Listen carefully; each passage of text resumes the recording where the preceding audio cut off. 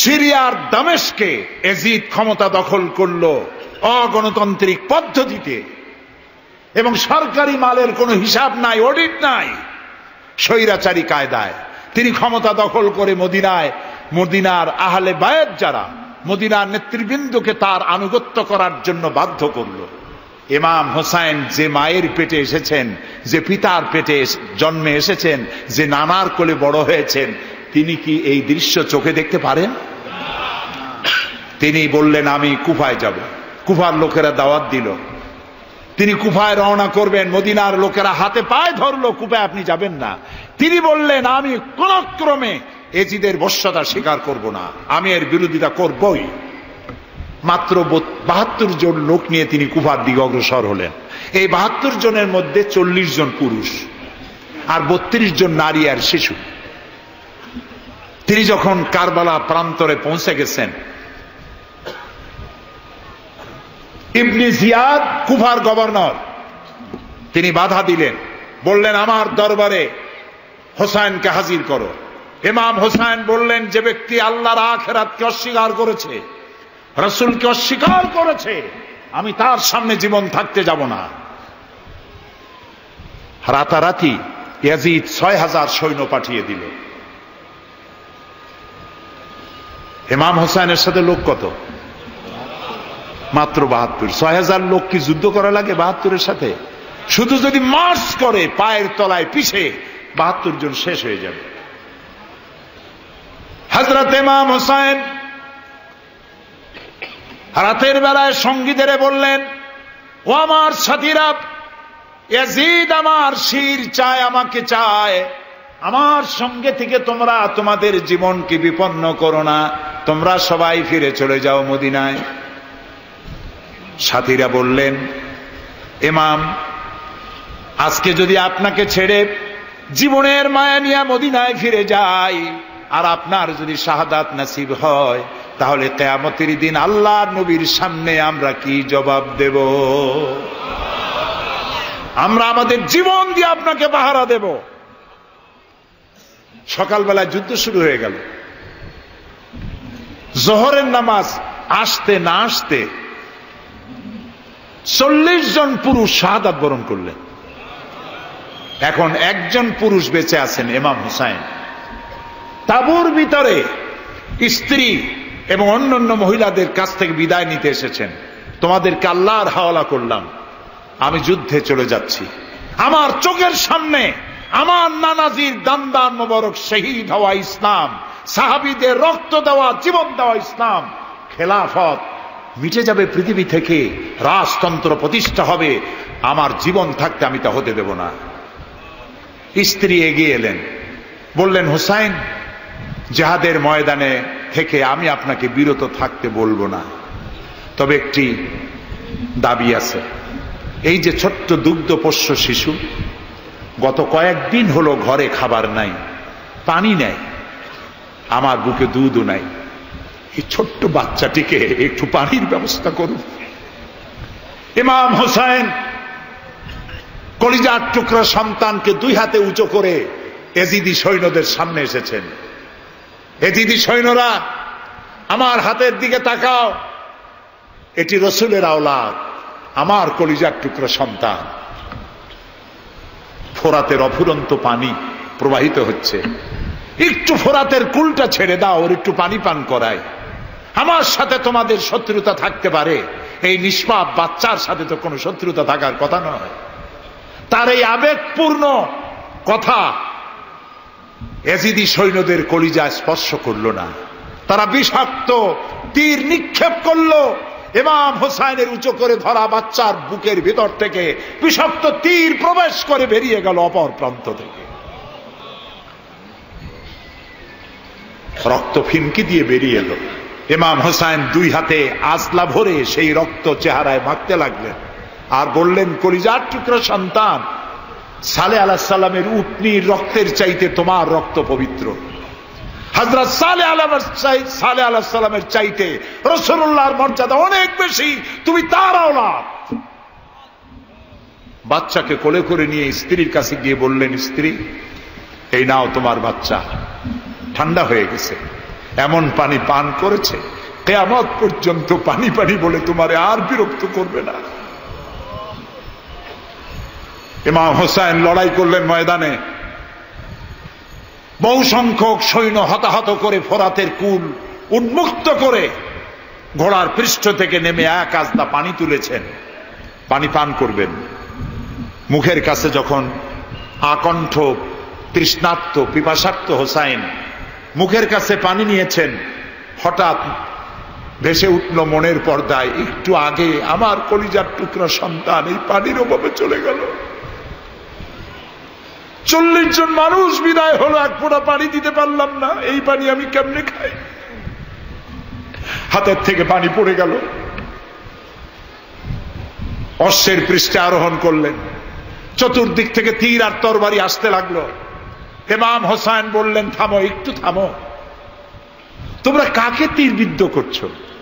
আমি কি তোমাদের রসুল মুহাম্মদ সাল্লাল্লাহু আলাইহি সাল্লামের নাতি নই?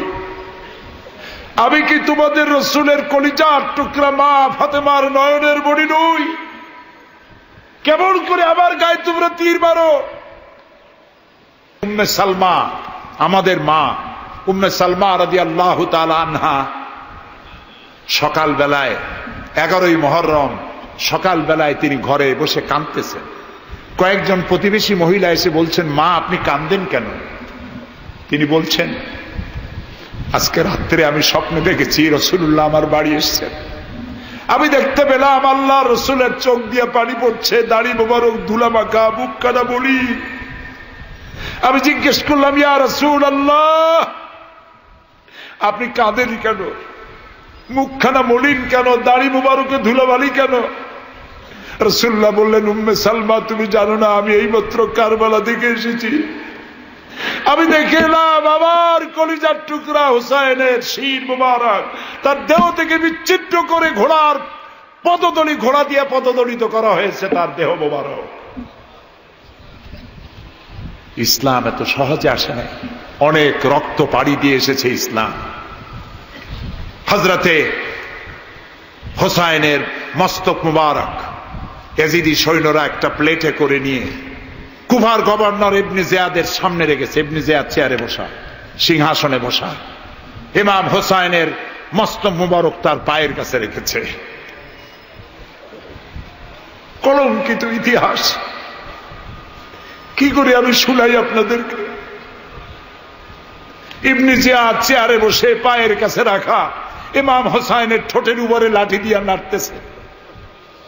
হযরত যায়েদ রাদিয়াল্লাহু তাআলা আনহু 80 বছর বয়স, তিনি বলছেন, ইবনে জিয়াদ এতক্ষণ যা করেছ মুখ বুজে সহ্য করেছি, কিন্তু এখন যেটা তুমি করতেছো পায়ের কাছে কার ব্যথা? তুমি যে ঠোঁটের উপরে লাঠি দিয়া নাড়তেছ, আমি যায়েদ আমি দেখেছি রাসূলুল্লাহ 1000 বার এই মুখের উপরে চুমা খেয়েছেন।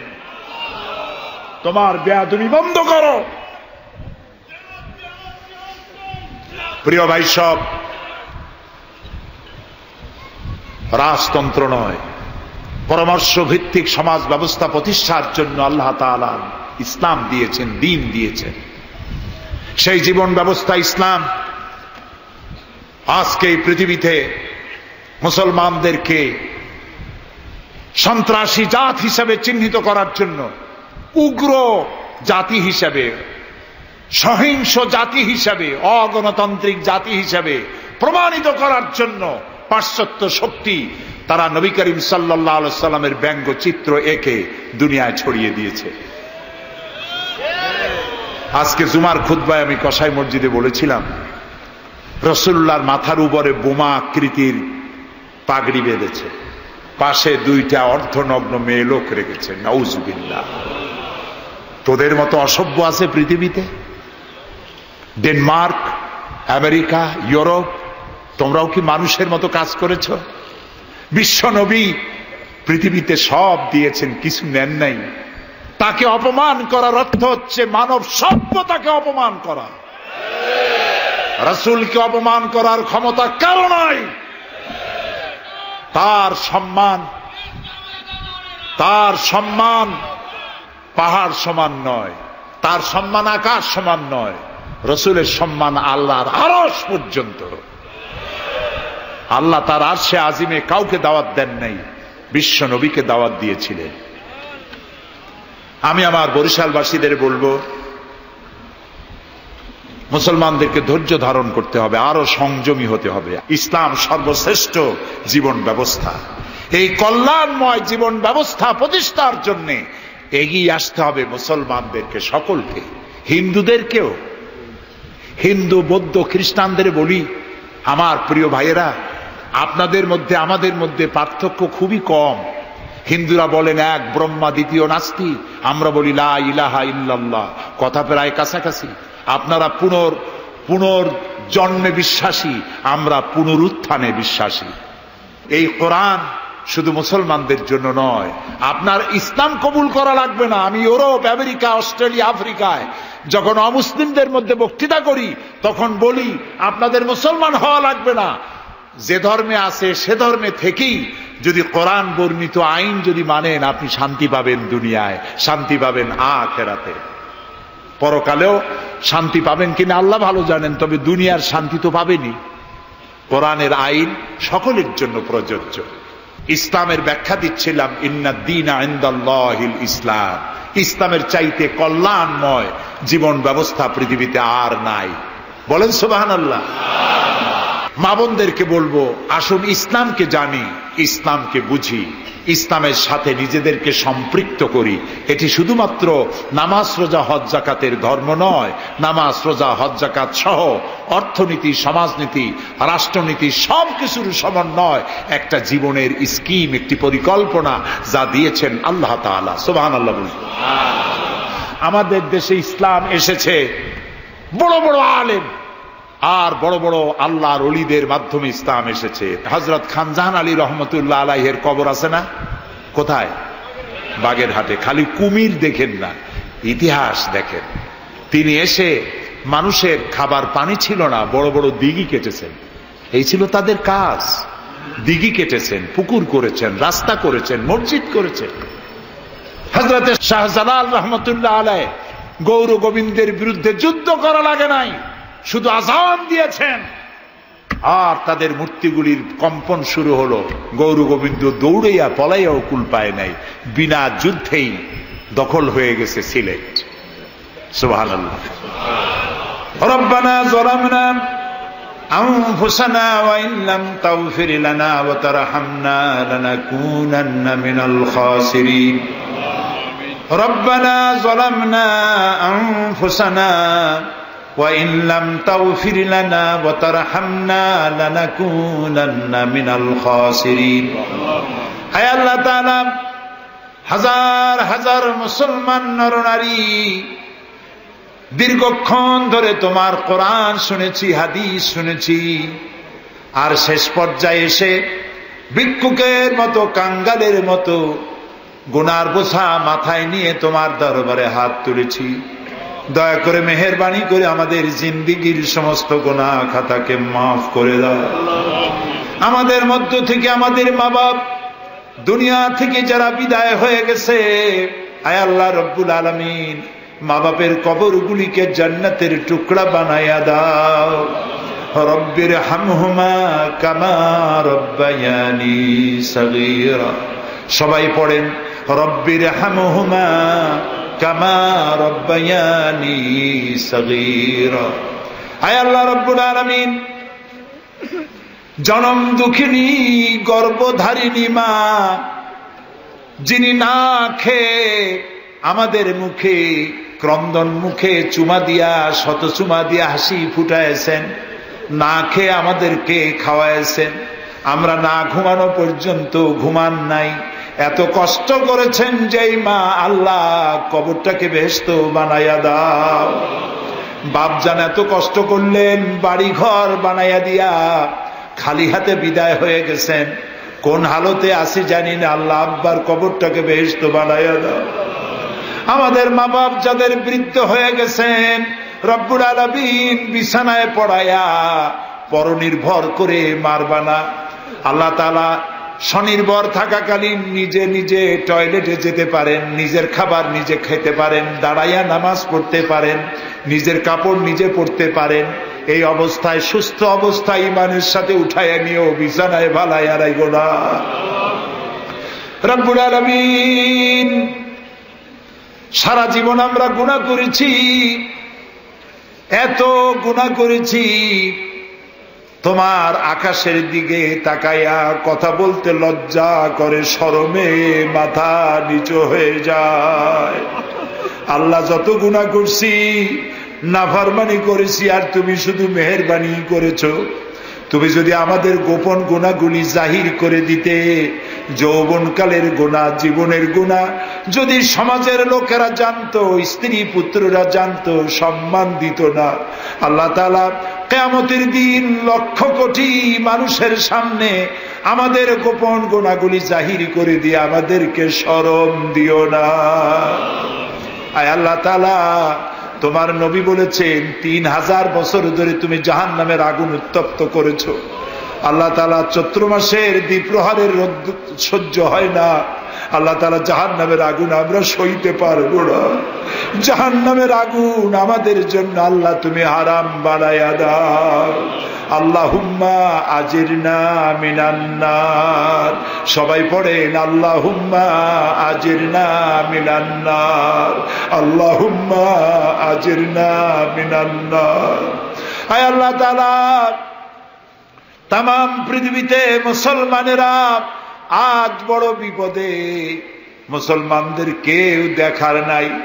ইরাকের আল গরিব কয়েদখানার ভিতরে মুসলমানদেরকে উলঙ্গ করে তাদের মুখের উপরে কাফেরেরা পেশাব করেছে। গুয়ান্তানামো কারাগারের ভিতরে মুসলমানদের বান্ধা তাদের সামনে কোরআন শরীফের উপরে পেশাব করেছে। রাসূলুল্লাহর মাথায় বোমা উঠাইয়া দিয়েছে। নগ্ন নারী তার পাশে বসাইয়া ছবি উঠাইছে। বাবু, আমাদের কলজা চলে যায় বাবু। আল্লাহ নরপশুদের হেদায়েত দাও। আল্লাহ পরাশক্তির নামধারী তথাকথিত সভ্যতাকে আল্লাহ তুমি হেদায়েত দিয়া দাও। ওদের নসিবে যদি হেদায়েত না থাকে, তুমি তো আমাদের সেই আল্লাহ যে আল্লাহ নমরুদকে জুতা পেটা করে বিদায় করেছো। তুমি তো সেই আল্লাহ যে ফেরাউনকে চুবাইয়া মারছো। আল্লাহ, এই সভ্যতার দাবিদার গুলি যারা আমার রসুলকে অপমান করতেছে, মুসলমানদেরকে অপমান করছে, কোরআনকে অপমান করছে, ফেরাউনের মতো নমরুদের মতো জুতা মেরে ডুবাইয়া ধ্বংস করে গজব দিয়া বিদায় করে দাও। আল্লাহ, আমাদের এই শান্তিপূর্ণ দেশে যারা বোমা মারে, সন্ত্রাসী হামলা করে, ওদেরকে আমরা চিনি না, তুমি ভালো করে জানো ওরা কারা। আল্লাহ, ওদেরকে হেদায়েত করো, ওদেরকে তুমি ধরাইয়া দাও। ওদেরকে কারা টাকা দেয়, কারা বুদ্ধি দেয়, কারা পরিচালিত করে, তাদের চেহারা জনগণের সামনে উন্মোচিত করে দাও। তাদেরকে জনগণের সামনে ন্যাংটা করে দাও। আল্লাহ তাআলা, আমাদের এই সুন্দর দেশটির উপরে তুমি রহমত করো। আল্লাহ, তোমাকে বলবো না কাকে বলবো। পৃথিবীতে যত মুসলমান দেশ তুমি দিয়েছো, প্রত্যেক মুসলমান দেশের পাশে আরো 2-4টা মুসলমান দেশ আছে। তুমি আমাদের দিকে তাকায় দেখো তো আমাদের অবস্থাটা কি। আমরা কোথায় যাব? আমাদের তো পালাবারও জায়গা নাই। একদিকে সমুদ্র আর 3 দিকে কারা। আল্লাহ, তুমি এই বাংলাদেশটাকে দয়া করে হেফাজত করো। কারো তাবেদার বানাইও না, কোন পদসেবী পদলেহীদের গোলাম বানাইও না। আল্লাহ, এই দেশের মুসলমানদের মাথায় টুপি রাখা, মুখে দাড়ি রাখার পথে বিঘ্ন ঘটাইও না। মাদ্রাসাগুলি বন্ধ করে দিয়ে আমাদের দম বন্ধ করে দিও না। আল্লাহ তাআলা, এমন শক্তি ক্ষমতা এনো না যারা ইসলামকে অপমান করবে, আলেমদেরকে অমর্যাদা করবে, এমন লোকদেরকে কিয়ামত পর্যন্ত ক্ষমতা দিও না। আল্লাহুম্মা লা তারুদ্দানা খায়বিন, আল্লাহুম্মা লা তারুদ্দানা খায়বিন। আল্লাহ তাআলা, একেবারে কিছু না দিয়ে একেবারে খালি হাতে আমাদেরকে ফেরত দিও না বাবা। আমি কয়েক সেকেন্ড আপনাদের জন্য ছেড়ে দিলাম। মাথা নিচু করেন, চক্ষু বন্ধ করেন, কেঁদে কেঁদে মনের কথা আল্লাহরে বলেন, দোয়া কবুল হবে ইনশাআল্লাহ। কোরআনের মাহফিল, দোয়া কবুল হবে ইনশাআল্লাহ।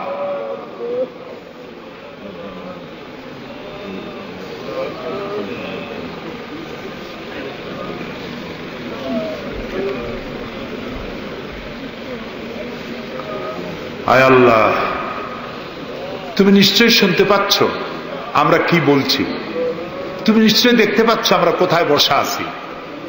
আল্লাহ তাআলা তুমি তাকিয়ে দেখো, তোমার অনেক বান্দিরা তারা বহু কষ্ট করে এসছেন। আল্লাহ তোমার বান্দিদের আরজি পুরা করো, মহিলাদের মা বোনদের ব্যাধি মাফ করো, যার সন্তান নাই নিঃসন্তানীকে সন্তান দাও, যাদের ছেলে মেয়ে বড় হয়েছে বিয়ে দিতে পারে না বিয়ের ব্যবস্থা করে দাও, রুজি রুটিতে যাদের অভাব অনটন আল্লাহ তাদের ব্যবস্থা করে দাও। আল্লাহ তাআলা আমাদের দেশে যারা নৈরাজ্য সৃষ্টি করতে চায়, অস্থির করতে চায় দেশটাকে, আল্লাহ তাদের হাত থেকে দেশটাকে রক্ষা করো। এই বরিশালের উপর রহমত নাজিল করো, এখানে যারা ব্যবসা বাণিজ্য করে হালাল ভাবে ব্যবসায় বরকত দাও। এদেশে হিন্দু মুসলমান খ্রিস্টান বৌদ্ধ সাম্প্রদায়িক সম্প্রীতি নিয়ে বসবাস করার তৌফিক দান করে দাও। আলেম ওলামা পীর বুজুর্গদের মধ্যে মহব্বত কায়েম করে দাও। যারা আলেম ওলামাদের মধ্যে বিদ্বেষ সৃষ্টি ছড়ায়, যারা ইসলামী আন্দোলনের বিরুদ্ধে ফতোয়া দিয়া আল্লাহ তাআলা যারা বিঘ্ন ঘটাতে চায়, আল্লাহ দয়া করে তাদেরকেও হেদায়েত করো। অনেকে দোয়া চেয়েছেন, যিনি যেভাবে দোয়া চেয়েছেন তুমি জানো, তার দোয়া পূরণ করো। আল্লাহ তাআলা এই মাহফিলে জনগণকে সাহায্য করার তৌফিক দাও। আল ফারুক সোসাইটিকে কিয়ামত পর্যন্ত কবুল করে নাও। ربنا تقبل منا إنك أنت السميع العليم وتب علينا إنك أنت التواب الرحيم سبحان ربك رب العزة عما يصفون وسلام على المرسلين والحمد لله رب العالمين واجعل آخر كلامنا عند الموت لا إله إلا الله محمد رسول الله. السلام عليكم ورحمة الله.